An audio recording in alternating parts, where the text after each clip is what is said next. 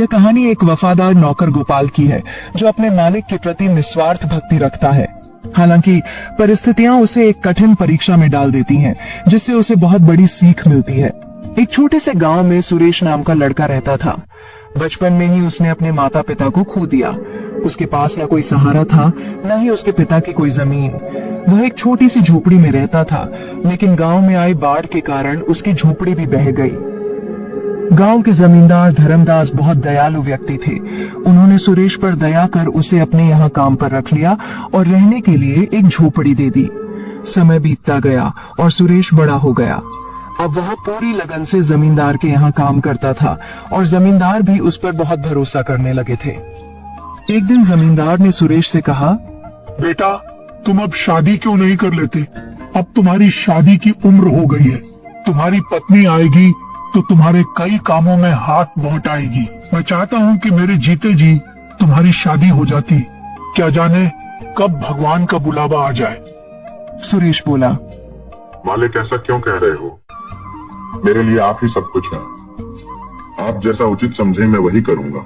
जमींदार बोले, मेरी नजर में तुम्हारे लिए एक बहुत अच्छी लड़की है। शादी के खर्च की चिंता मत करना, वह मेरी जिम्मेदारी होगी। सुरेश झिझकते हुए बोला, जो भी आपका निर्णय होगा वह मेरे भले के लिए ही होगा। आप मेरे पिता समान हैं। धर्मदास का बेटा विक्रम ये सब सुन लेता है और गुस्से में अपने पिता के पास आता है। पिताजी, ये आप क्या कर रहे हैं? सुरेश हमारा नौकर है और आप उसकी शादी का खर्च क्यों उठा रहे हैं? धर्मदास ने सख्ती से जवाब दिया, वह मेरा नौकर नहीं, बेटे जैसा है। विक्रम चिढ़कर बोला, आप मेरे पिताजी हैं या उसके? धर्मदास नाराज होकर बोले, जब मैं बीमार था तब कहाँ गया था तुम्हारा अपनापन? तब सुरेश ने मेरी कितनी सेवा की थी। वह दिन रात मेरी देखभाल करता था और तुम अपने शौक में मस्त रहते थे। तुम मुझे मत सिखाओ कि कौन अपना है और कौन पराया। विक्रम और भी गुस्से में आ गया। उसने सोचा कि उसे सुरेश को रास्ते से हटाना होगा। विक्रम नशे और जुए की लत में डूबा हुआ था। एक दिन उसने अपने पिता से 10,000 रुपए मांगे, लेकिन जब जमींदार ने उसे पैसे देने से इनकार कर दिया तो वह भड़क उठा। विक्रम ने सोचा, अब मैं देखता हूँ कि मुझे पैसे कैसे नहीं मिलते। वह चोरी की योजना बनाने लगा। अगले दिन जमींदार की तिजोरी से 20,000 रुपए गायब हो गए। पूरे घर में हड़कंप मच गया। विक्रम मौके का फायदा उठाकर बोला, पिताजी, चोर और कौन हो सकता है? सुरेश ही होगा। सुरेश हैरान रह गया। उसने सफाई दी, मालिक, मैं ऐसा नहीं कर सकता। आप पर मेरा पूरा जीवन समर्पित है। लेकिन विक्रम ने उसे झूठा ठहराते हुए उसके घर की तलाशी की मांग कर दी। जमींदार ने पहले विक्रम के कमरे की तलाशी ली, लेकिन वहां कुछ नहीं मिला। फिर सुरेश की झोपड़ी की तलाशी ली गई और वहां से पैसे मिल गए। सुरेश स्तब्ध रह गया। यह कैसे हो सकता है? ये किसी की साजिश है। जमींदार का भरोसा टूट गया। विक्रम बोला, देख लिया पिताजी, अब पता चला कि कौन सच्चा है और कौन झूठा। धर्मदास को बहुत बड़ा झटका लगा। उन्होंने सुरेश की तरफ देखा, लेकिन कुछ नहीं बोले। सुरेश रोते हुए बोला, मालिक, मैं निर्दोष हूँ। मैं आपके लिए जान दे सकता हूँ, पर चोरी नहीं कर सकता।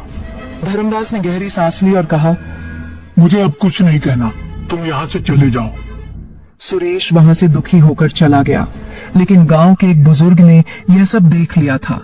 उन्होंने जमींदार को बताया कि उन्होंने आधी रात को विक्रम को चुपके से पैसे छुपाते देखा था। धर्मदास को जब यह सच पता चला तो उन्हें बहुत पछतावा हुआ। उन्होंने तुरंत सुरेश को बुलाया और गले से लगा लिया। बेटा, मुझसे बहुत बड़ी गलती हो गई। मैं तुम पर भरोसा नहीं कर सका। विक्रम ही असली चोर है।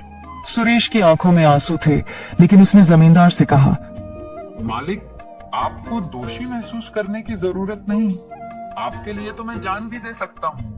धर्मदास ने विक्रम को घर से निकाल दिया और उसे अपनी गलती सुधारने का आदेश दिया। विक्रम का झूठ उजागर हो चुका था। गांव के लोग जमींदार के फैसले की सराहना करने लगे। सुरेश को फिर से जमींदार ने अपने साथ रख लिया और उसे अपना उत्तराधिकारी बना लिया।